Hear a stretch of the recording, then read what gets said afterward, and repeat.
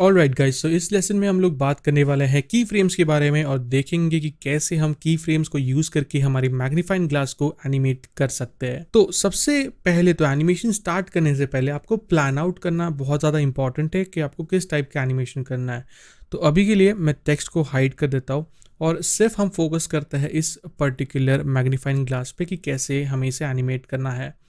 तो मैं क्या करूँगा, कंट्रोलर सेलेक्ट करूँगा। मैं चाहता हूँ कि एनिमेशन यहाँ से हो, जो मैग्नीफाइंग ग्लास है वो पहले तो छोटा हो एकदम, मतलब दिखे ही नहीं, बड़े से पॉपअप हो और फिर इस तरीके से लेफ्ट टू राइट ड्रैग हो और हमारे टेक्स्ट को जो है वो मैग्नीफाई करते जाए। तो ये है एक बेसिक आइडिया मेरा। तो मैं यहाँ पर जाऊँगा और इसे सबसे पहले तो छोटा कर लूँगा। तो एस प्रेस करेंगे स्केल प्रॉपर्टी के लिए और इसे सेट कर देंगे 0 पर। फिर मैं क्रिएट करूँगा एक की फ्रेम इस स्टॉप वॉच पर क्लिक करके। तो हमने यहाँ पर एक की दे दी है कि 0% पे एक की हमने क्रिएट कर दी है। फिर मैं टाइम में आगे जाएंगे अराउंड 1 सेकेंड एंड 15 फ्रेम्स पर और फिर मैं इसकी वैल्यू इंक्रीज करके कर दूंगा 100 पर। तो ये अब इस तरीके से छोटे से बड़ा एनिमेट हो रहा है during the time duration of 1 second and 15 frames, क्योंकि इन दोनों का जो टाइम ड्यूरेशन है इन दोनों ही कीज का वो है 0 से 1 सेकेंड एंड 15 फ्रेम्स। तो ये हो गया हमारा एक बेसिक एनिमेशन। फिर मैं चाहता हूँ कि ये लेफ्ट टू राइट मूव हो, तो वो करने के लिए मैं सिलेक्ट करूँगा कंट्रोलर, प्रेस करूँगा P, जिससे हमें पोजीशन प्रॉपर्टी मिल जाएगी। उस पर मैं एक की फ्रेम क्रिएट करूँगा। हम लोग जाएंगे अराउंड 4 सेकेंड्स और फिर मैं इसे ड्रैग कर दूंगा इस तरीके से यहाँ पर। तो अब अगर मैं U प्रेस करूँ तो हमने जहाँ पर भी की फ्रेम्स बनाए हैं वो सारी ही प्रॉपर्टीज़ विजिबल हो जाएंगी। तो अब ये पहले तो स्केल होगा और फिर मूव होगा लेफ़्ट टू राइट और फिर से मैं चाहता हूँ कि ये स्केल डाउन हो जाए। तो यहाँ पर मैं फिर से एक नया की क्रिएट करूँगा इस तरीके से। इस छोटे बटन पे या इस छोटे आइकन पे क्लिक करके जाएंगे अराउंड 5 सेकेंड्स और इसे मैं सेट कर दूंगा 0 पे। तो हमारा स्टार्ट टू फिनिश एक एनिमेशन रेडी है। स्केल हो रहा है, पोजीशन मूवमेंट है और फिर यहाँ जाके फिर से स्केल आउट हो रहा है। बट अभी यहाँ पर इसने बेसिक जो की फ्रेम्स है वो ऐड कर दिए है।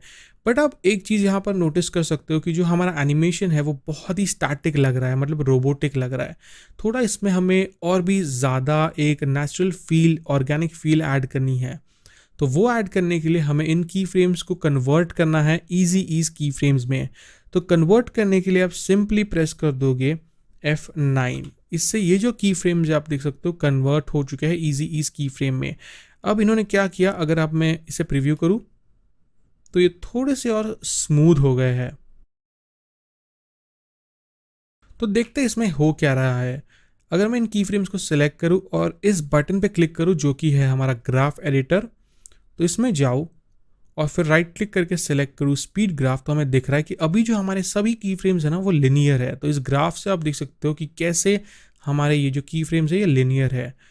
तो अगर मैं अब सभी की फ्रेम्स को सिलेक्ट करूँ इस तरीके से और फिर प्रेस करूँ F9, तो अब ये हो गए हैं ईजी ईज की फ्रेम्स। अब ये ग्राफ कितना ज़्यादा स्मूथ हो गया है और हमारा एनिमेशन भी काफ़ी स्मूथ हो गया है। अब इस ग्राफ एडिटर को यूज़ करके हम हमारे एनिमेशन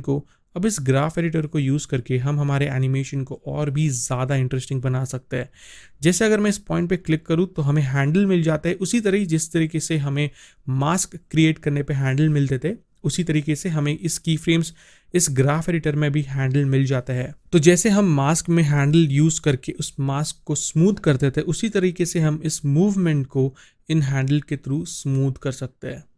तो अगर मैं इसे इस तरीके से मूव कर दूं तो ये जो ग्राफ है ये स्पीड डिटरमाइन कर रहा है, मतलब ये स्लोली स्टार्ट हो रहा है इसका मूवमेंट, फिर यहाँ पे जाके फास्ट हो जाएगा और फिर से ये स्लो हो जाएगा। तो इसी तरीके से मैं इस स्केल मूवमेंट को भी फास्ट स्लो कर सकता हूँ। तो जितना ऊपर ये ग्राफ है उतना फास्ट ये एनिमेट हो रहा है और जितना नीचे ये जा रहा है उतना वो स्लो होते जा रहा है। और फिर यहाँ पर भी मैं वो सेम चीज़ कर दूंगा। तो अब अगर हम इसे प्रीव्यू करें तो आप देख सकते हो कितना ज़्यादा स्मूथ ये कंप्लीट एनिमेशन हो गया है।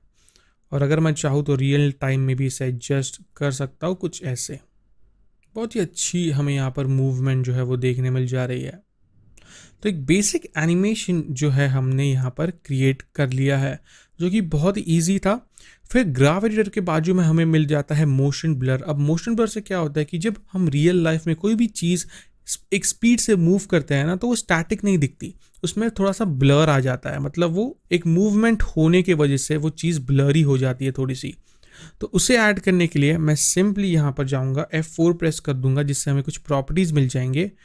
इन सभी लेयर्स को सिलेक्ट करूँगा, जैसे इस शेप और सर्कल को, और फिर इस बटन पे क्लिक करके इन पे एक मोशन ब्लर अनेबल कर दूंगा। अगर मैं इस बटन को ऑफ कर दूँ तो मोशन ब्लर डिसेबल हो जाएगा, इसे ऑन कर दूँ तो ये अनेबल हो जाएगा। ब्लू मतलब कि ये अनेबल्ड है। तो यहाँ पर आप देख सकते हो कि हमें यहाँ पर एक हल्की सी ब्लरी मूवमेंट मिल रही है, जो कि मोशन ब्लर है। अगर मैं मोशन ब्लर को ऑफ कर दूँ तो बस ये एक स्टैटिक मूवमेंट है, अगर इसे ऑन कर दूँ तो ये मूवमेंट हमें मिल जाती है। मोशन ब्लर कैसे काम करता है, जितनी फास्ट मूवमेंट होगी उतना ज़्यादा ब्लर ऑब्जेक्ट हो जाएगा। जैसा कि यहाँ पर आप देख सकते हो, हमारी इस पर्टिकुलर एरिया में याद है हमारी मूवमेंट जो है वो फास्ट है। अगर हम फिर से की फ्रेम सेलेक्ट करें, ग्राफ एडिटर में जाए, तो यहाँ पर जो है हमारी मूवमेंट फास्ट है, इसलिए जो मोशन ब्लर है वो भी ज़्यादा है। जैसे जैसे ये कम हो रही है, मोशन ब्लर कम हो रहा है। तो ये चीज़ों को और भी ज़्यादा रियलिस्टिक दिखने में हेल्प करता है। बट अभी के लिए मैं इसे ऑफ ही रखूँगा। ये हो गया हमारा एक बेसिक सा एनिमेशन यूजिंग की फ्रेम्स।